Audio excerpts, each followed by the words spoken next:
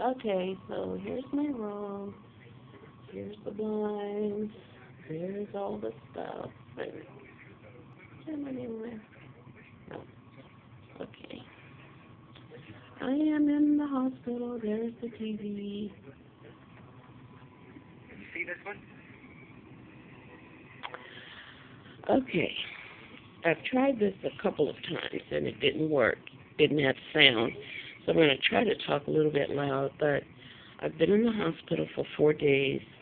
I came on Thursday night because I had a pain on my left side and it went around toward my back. And of course, you guys know for a long time I've been having blood in my urine and also these crystals in my urine. And some of my test results showed that, as well as I think I've told you guys that I've seen them, like these crystal-like things. And so the mystery of the blood in the urine and the crystals in the urine is solved. I had some kidney stones. 2 were big, and 1 was blocking my left kidney. So when I came on Thursday night, I came by ambulance because I was in so much pain. Just to hit a bump was painful. Just to move was painful. Forget walking. They got me right in. I didn't even have to do anything in terms of waiting. They got me straight in a room. They immediately started an IV and started working on me. I called my PCP, and it was another doctor on call, which is not in his group, but it was one on call, and he was a very, very nice man and told me, I think you should go to the emergency room, and I think you should go right now because you sound like you're in pain. I can hear that you're in pain, and they can give you something to at least make you feel better, and then they can figure out what's wrong. So I took his advice, but I said, let me try to lay down and see if it goes away. And then I was like at a 7 or 8 in pain, and then it seemed like it went down to a 6 or 5. And then I thought, okay, so maybe it's not anything serious, maybe it is something that's going to pass. And then it came back again full force. And so I called the ambulance, and this is a trip. Called the ambulance. They came with the fire engine and the fire rescue and the fire truck and then the ambulance. So they talked to me for a few minutes and got me into the ambulance. And on the way, I asked them what hospital they're taking me to. And I told them the hospital I wanted to go to because it's the ones my doctors are affiliated with.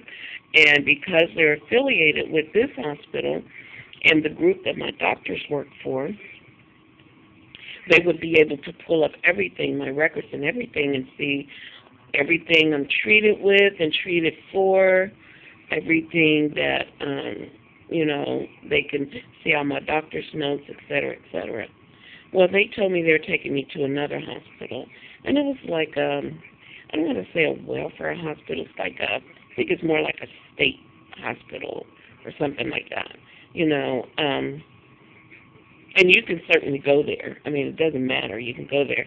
But I've just heard some horror stories about it, and I didn't want to go there, number one. Number two, I wanted to go to a hospital where my doctors had affiliations, and at least people from their group had affiliations. So I told the guy I don't want to go to that hospital, and they said, ma'am, we have to get you to the closest hospital because you're considered an emergency situation. And I said, I do not want to go to that hospital. And so they're like, ma'am, when we get you there and they get you checked out and they know that you're okay to transport somewhere else, we can get you transported somewhere else. And I was really, really, really upset and fed up. And I was still recording. And so I was mad. So what do? I wasn't thinking rational anyway. I pick up my phone and I called 911 inside the ambulance and told them that they're refusing to take me where I want to go, and they were refusing to let me out if they weren't going to take me where I needed to go.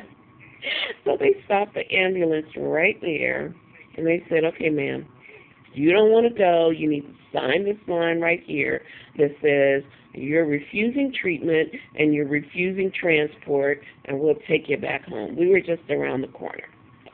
So I said, okay, fine. I signed it. They took me back, dropped me off, and I couldn't even get up the stairs. So I'm sitting outside. It's like 11-something at night.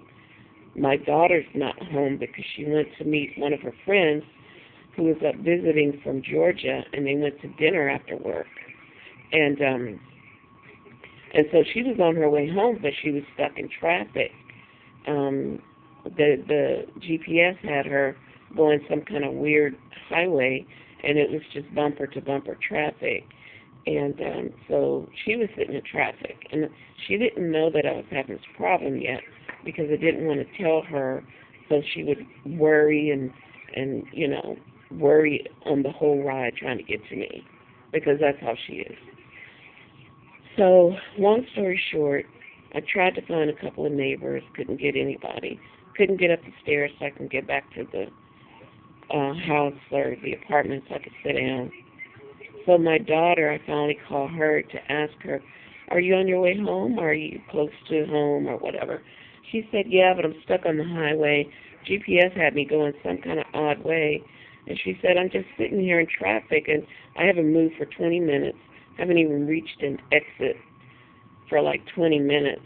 And so she asked me why, and I told her that the ambulance had come and was going to take me, but they were going to take me to that, really bad hospital. And so she tells me, I'm pulling rank. I'm calling 911, and I'm having them come back to pick you up. And if that's where they want to take you, then they're going to take you there. And I said, I'm not going. And I don't care if you do pull a rank, I'm not going. Anyway, the same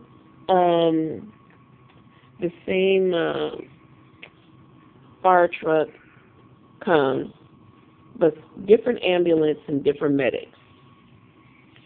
So the fire truck pulls up, and here they come with their lights and sirens again. And I was like, oh, God. I had asked them not to do that the first time because I didn't want to alarm my neighbors. So here they come, and they said, ma'am, didn't we just transport you? And I said, no, I refuse to go because they were taking me to a hospital I do not want to go to. And so anyway, they were saying, well, her daughter called, and her daughter said that she's her caretaker, and she wants her transported regardless. So by that time, I was in so much pain, I didn't even care. You could have said, we're going to get you on a one-way ticket to Kalamazoo, and as long as you told me it was a doctor there, I would have went. Okay. So anyway, they got me in the ambulance, and they told me they were bringing me to the hospital of my choice, which is where I wanted to come, and got me here, got me straight in, and took me straight to a CAT scan, and saw that I had a 9-millimeter kidney stone that was blocking my left kidney. Then I had a 7-millimeter kidney stone also on the left side. But then I had a lot of other small, very small kidney stones on the left side as well. And so they gave me something for pain, and they connected me to the IV, and he said, we're going to have to admit you because we have to move that blockage because you're not going to be able to get better unless we remove that. So that's the reason I've been in the hospital for 4 days. I did have the surgery on yesterday, and it went well. I'm not back to normal yet. They did have to put a stent in my kidney and run it down through my urinary tract. And which will have to be removed. But they'll remove that, in the doctor's office, they said. And but it's stented right now, so everything's kind of flowing out. It was blocked off and backed up on my left side and not functioning correctly. Since I've been here, I've been urinating all blood, but they said that's common because of the procedure that they had to do and the way they had to do it, and because of the stent that's in there. And the fact that I'm still passing stones, so they said that's not abnormal, so don't be alarmed by that. Also, my blood pressure's been running really, really low, like 75 over 33, for example. So they're giving me some more fluids with electrolytes in it, but they're letting me go home. I'll be going home in about 3 or 4 hours. And I'm really happy just because I have a lot of stuff recorded on my DVR that I want to look at today. And I feel like I want some fried chicken, so that made me happy. Okay. And so that's the mystery solved of the blood in the urine, the side and back pain, the little weird things I see in my urine sometimes. Problem solved. And I'm grateful that it is over. And I'm hoping that there's not going to be any long-term damage to my kidney. And I'll keep you guys posted. But I should be able to make another video sometime this week. But I want you guys to know that I'm still doing okay. I didn't want anybody to be concerned about why I haven't made any videos. So I'll talk to you guys later. Drop me a note. Let me know how you guys are doing, okay? All right.